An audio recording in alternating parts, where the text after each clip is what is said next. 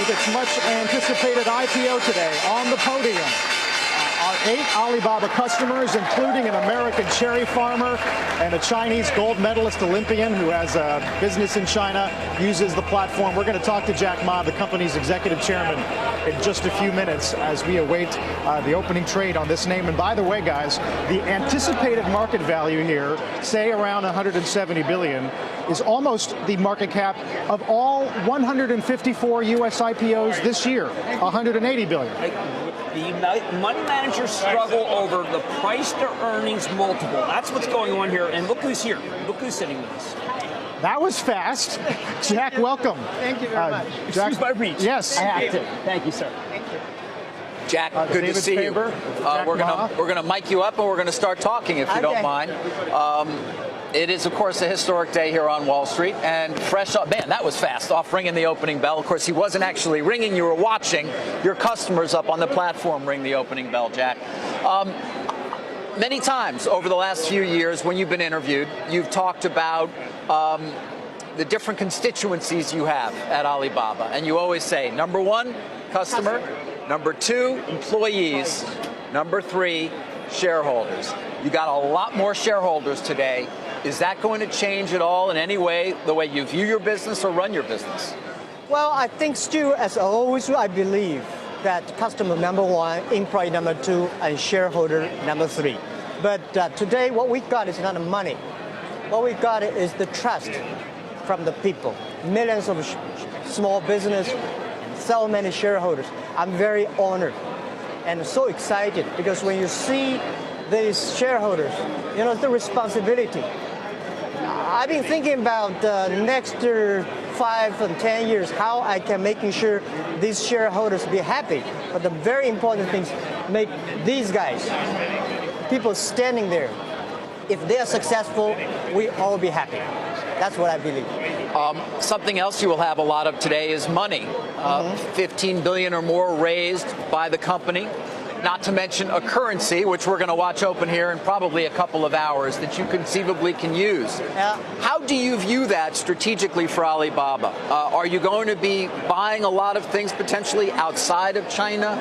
Give us some sense here in terms of your thoughts now that you'll have an awful lot of money at your disposal and, of course, a stock price that conceivably is going to be very highly valued. Well, I think to me as an entrepreneur, the instinct of entrepreneur is try to build the things yourself. And I think there are so many things we have to do with our ecosystem. Not only we are helping small business in China, I think small business in Africa, in Southeast Asia, in Europe, in the States, a lot of farmers need help. So I think the money will be spent there. The technology we want to, if we want to acquire, we want to acquire and buy these companies, can help the ecosystem, that can help the small business. Can you walk us through where your head is on the pricing? Is this where you wanted it? Why didn't you go higher? A lot of people said it's worth more and will be worth more today. I think that's the bank's decision. That's my CFO's decision, my team's decision. And to me, I just to give them the. I don't want the disappointed shareholders. I want to making sure they're making money, and I'm sure, and I really want to tell the team that. Shareholder number 3, that's not a name, it's the discrimination. We respect, we are very thankful from heart. But the thing we do better is when you really care about it, the customers, you really make those innovative young people successful. The shareholders will be happy. So to me, the price up and down, that's my people worry about. I worry about whether the customer happy. Jack, as always. Let me ask you. This is a great American story. That's actually a Chinese story. I wonder who are your heroes? Who are my heroes? Yes. Well, I got my story, my dream from America 15 years ago when I came to America. When I visited Silicon Valley, I saw Sunday in the evening, the road was full of cars, all the buildings was lights. That's the passion. And the hero I had is Forrest Gump. 14 years ago when I watched Box of chocolates? Yeah. You know he's a fictional character, though. I really like that guy. I've been watching that movie for about 10 times. Every time when I'm frustrated, I watch the movie. And I watched movie before I came here. Again, For this movie- humility. Yeah, for coming to the New York, because I watched the movie again and telling me that no matter whatever changed, you are you. And I'm still the guy. 15 years ago, I only earned like $20 a month, and today I can do that much. It's honor. What does it mean for the People's Republic of China? I think we were giving a lot of people inspiration. We want to encourage a lot of people say yes. Because one of the things I want to do, 15 years ago, I told my people in my apartment that if Jack Ma and if people like us can be successful, 80% of the people in China can be successful, and 80% of the young people in the world can be successful. We do not have the rich daddy, powerful uncle. We do from nothing. So that's what we want to do China. What would you say to an American investor who is really interested in your company and the growth opportunity, but worries about interference from the government, transparency, books, regulators we don't understand? How do we get around all of that? Trust. Trust us, trust the market, and trust the young people, and trust the new technology. And the world is getting more transparent. Everything you worry about, I've been worrying about it in the past 15 years. Everything you worry about, I've been gone through this tough 15 years. That's not easy, and we are ready to work for another 87 years. So I want to tell the investors, we take care of them. Trust has to be earned, of course. Yeah, because when you trust, everything is simple. If you don't trust, things get complicated. And so when we talk about transparency and people look at the Alipay transaction, which got a great deal of publicity at that time and certainly was not something Yahoo was happy about, how should we view that? Well, someday people will find out. And today is not time. And I would say I have 25,000 smart people. If I do anything wrong, untransparent, I'll put that company into my pocket. And why I've been keep on telling mission and vision and value for 15 years. People would leave us. And we are making sure the ecosystem, somebody has to make tough decisions. As a CEO, you're balancing, and I'm doing that. And I want to say, someday, time not ready, but when people realize, when people know the real story, they will feel proud. Okay, well, feel free to come back and tell it to us when you're ready. I feel proud. I would just say one thing. The decision for Alipay was one of the most painful decisions I have ever made in my past 15 years business career.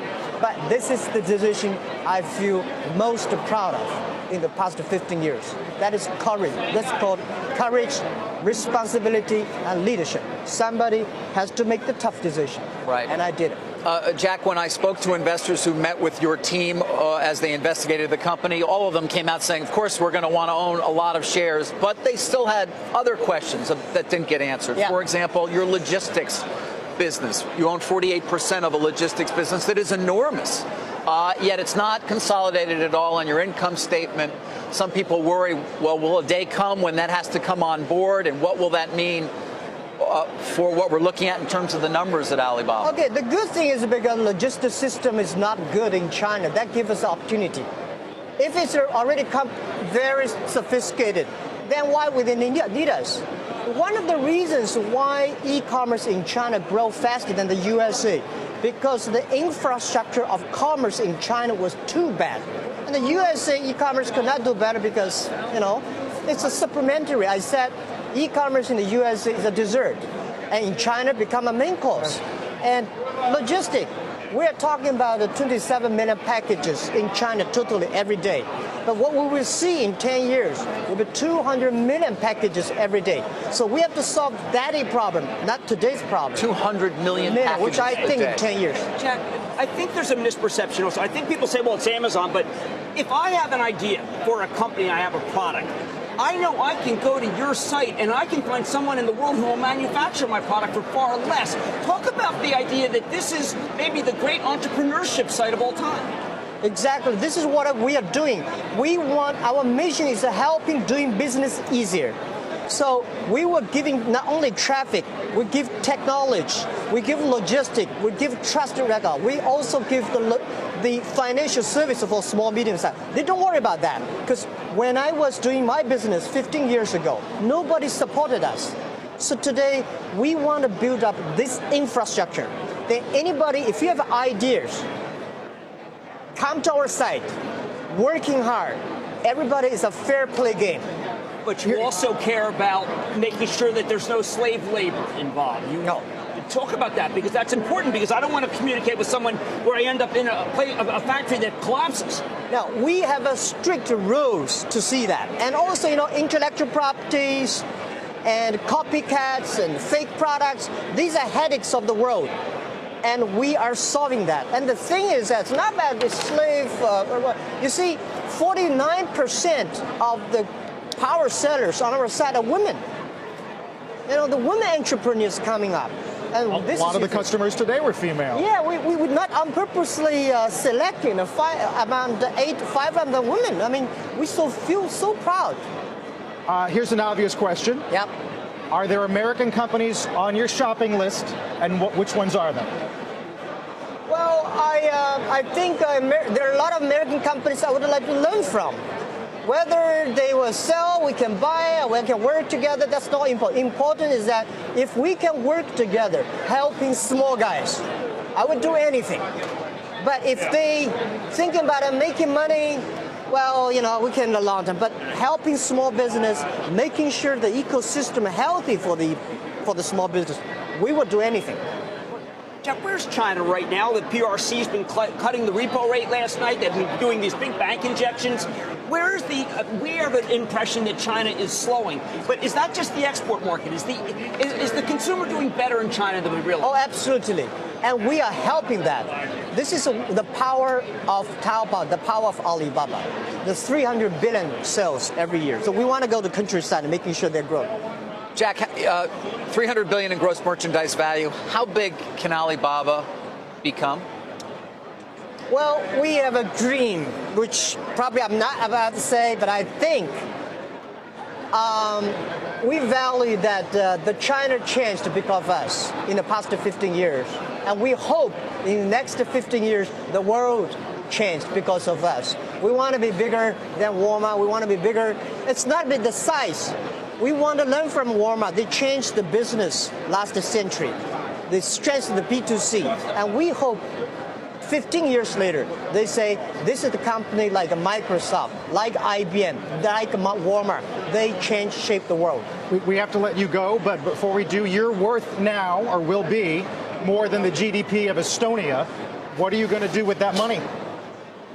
Oh, what would the main? Still focusing on our mission. I mean, But your own personal wealth. For me? Yes. Well, this is a headache thing. I guess I'm going to spend. When I was, I think, 14 years ago, I asked my wife, "Do you want your husband to be a rich man or a business guy?" She said, "Of course, I respect a business person," because she never thought I would be a rich person. Because we were having fun doing it.